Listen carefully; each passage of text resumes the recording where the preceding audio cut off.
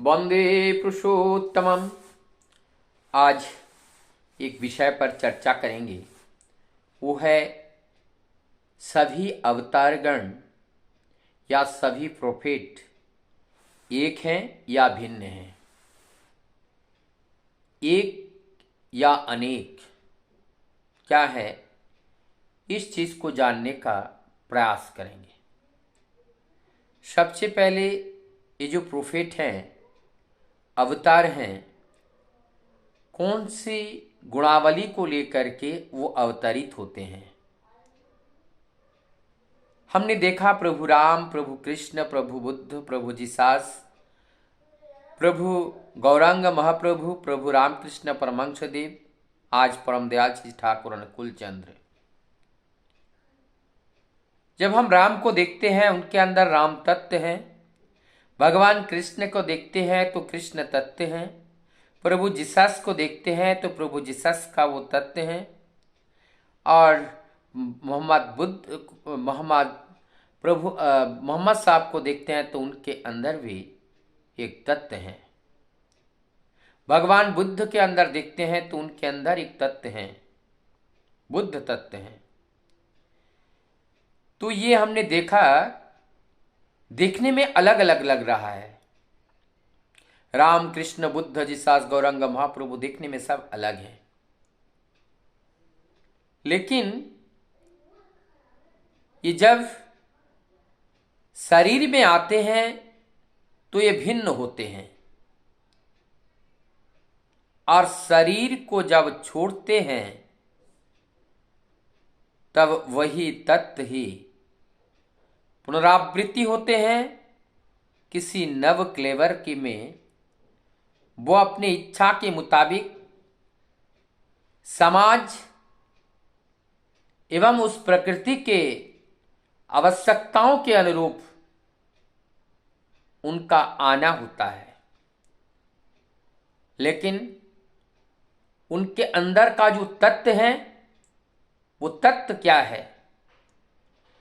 जैसे कृष्ण तत्व, कृष्ण तत्व का मतलब कर्षणकारी, आकर्षणकारी। उनके अंदर एक आकर्षण का और एक कर्षण का शक्ति होता है। पहले उसे आकर्षित करते हैं और आकर्षित करके अपनी प्रेम जाल में फंसाते हैं, फिर उसके अंदर से सारे मलिनता को धीरे धीरे दूरीभूत करते हैं। ये कर्षण हुआ। तो ये जो पुरुषोत्तम है, ये जो प्रोफेट हैं, वो लार्ज मैग्नेट हैं, और उस मैग्नेट लोहे के टुकड़े को अपने पास आकर्षित करके धीरे धीरे उस लोहे के टुकड़े को भी मैग्नेटाइज कर देते हैं, जिससे उसके अंदर चुंबकत्व के जो गुण हैं लोह के अंदर भी आना शुरू हो जाता है। तब वो लोहा भी दूसरे लोहा को आकर्षित करने लगते हैं। तो अभी हम यहां बैठे हैं, क्या यहां बैठ करके हम भगवान राम को देख सकते हैं, भगवान कृष्ण को देख सकते हैं, भगवान बुद्ध को देख सकते हैं, मोहम्मद साहब को देख सकते हैं, प्रभु जिसस को देख सकते हैं, रामकृष्ण परमहंस देव जी को देख सकते हैं, परम दयाल श्री ठाकुर अनुकूल चंद्र जी को देख सकते हैं। हाँ, हम देख सकते हैं। हमारे अगर माता पिता वो लोग अगर इस देह में नहीं हैं तो उनको भी हम देख सकते हैं। हम सब एक ही जगह रहते हैं, इसीलिए जब हम देह धारण करके आते हैं उनके पास रहना पड़ेगा। वो तो सर्वत्र हैं, जैसे ही हम उनको याद करते हैं वहीं वो उपस्थित होते हैं, क्योंकि वो भौतिक शरीर में नहीं है, सूक्ष्म शरीर में है। तो सूक्ष्म शरीर वो जहां हम चिंतन करें, जहां हम विचार करें, वहीं उपस्थित है। तो हम अगर निरंतर प्रभु के उस नाममय में होकर रहेंगे तो हम प्रभु के साथ रहेंगे। क्योंकि आप उनका सूक्ष्म शरीर, वो नाममय शरीर है, वो नाम को उच्चारण करते ही प्रभु वहां उपस्थित हो जाते हैं, उनको चिंतन करते ही प्रभु वहां उपस्थित हो जाते हैं, क्योंकि वो सूक्ष्म शरीर में है। उनको कहीं से कहीं आने का जाने का कोई बाधा नहीं है। ये माध्यम है। इस खुले आकाश के नीचे सर्वत्र सभी के पास वो एक ही साथ उपस्थित रह सकते हैं, क्योंकि वो सूक्ष्म शरीर में है।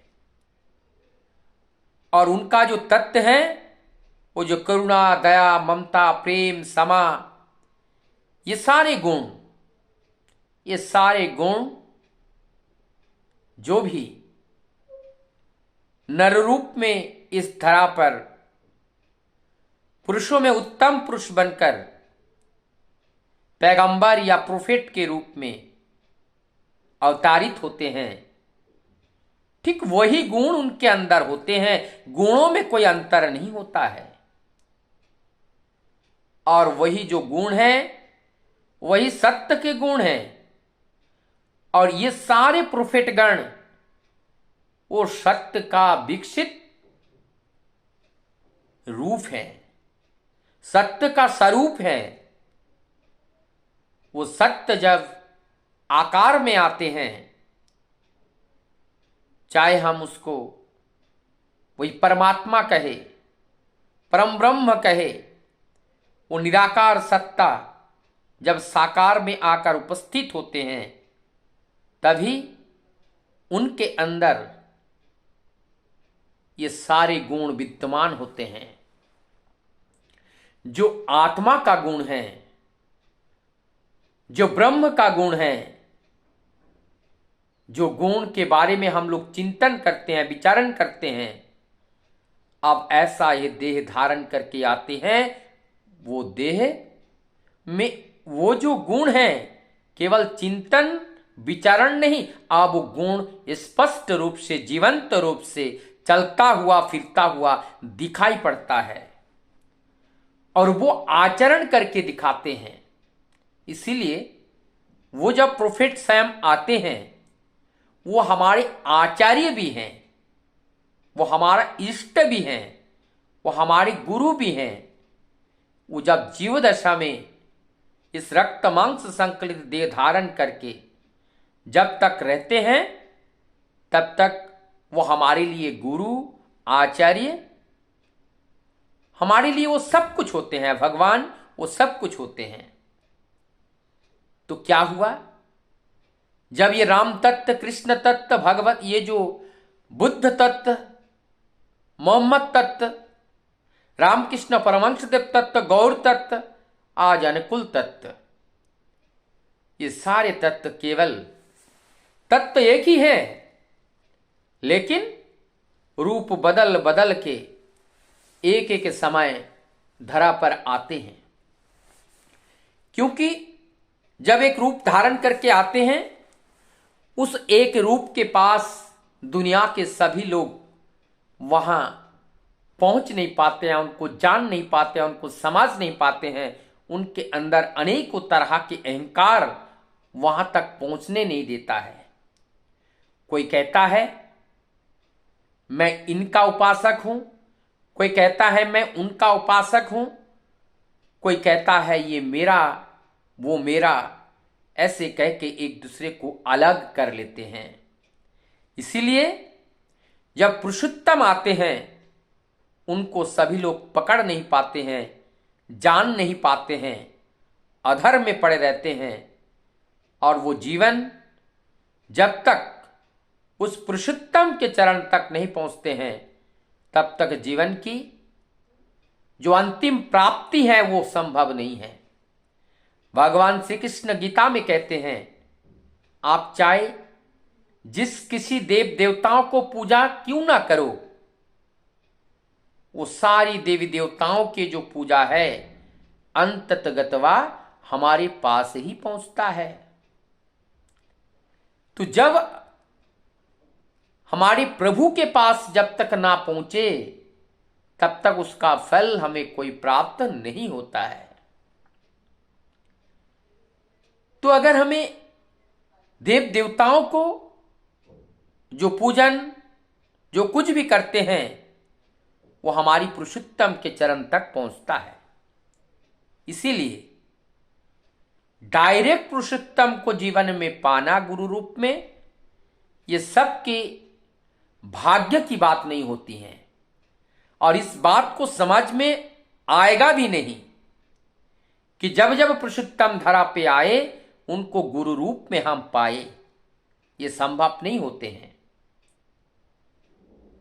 तो क्या है, जिन लोगों के भाग्य में सद्गुरु ही, पुरुषोत्तम ही सद्गुरु के रूप में वो पाते हैं, वो बड़े सौभाग्यशाली हैं। मानव तन को पाकर, सद्गुरु को ऐसे पाकर उनका जीवन धन्य हो जाते हैं। और धन्य तब और ज्यादा होता है जब ये देह उस परम पुरुष के कार्य में लगाने में हम समर्थ हो पाते हैं। तो आइए, अलग कुछ नहीं है, भिन्न कुछ नहीं है, सब एक हैं। सब एक ही वही तत्व हैं। क्या है? जिसके पास करुणा हो, दया हो, ममता हो, क्षमा हो, ये सारी चीज जिनके पास होता है वही तो पुरुषोत्तम होते हैं, वही तो उत्तम पुरुष होते हैं। दया, माया, क्षमा, करुणा, इसलिए कहते हैं ये षड ऐश्वर्य के मालिक हैं। तो ये षड ऐश्वर्य तत्व लेकर के धरा पे आते हैं। ऐश्वर्य, वीर्य, जश, श्री, ज्ञान और वैराग्य, ये सब गुणावली लेकर के गुणान्वित होकर के धरा पे आते हैं। और तब हम जब उनके शरण में जाते हैं तभी हमारा ये मानव तनु सार्थक होते हैं। उनके आचरण में, जीवन में आत्मसात करके जब हम आचरित करते हैं, इसके बिना इस जीवन का उद्धार नहीं, इस जीवन की प्राप्ति की समाप्ति नहीं।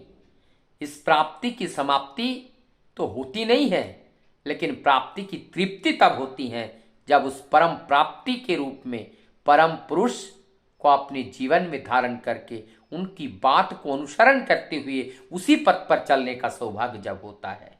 वंदे पुरुष।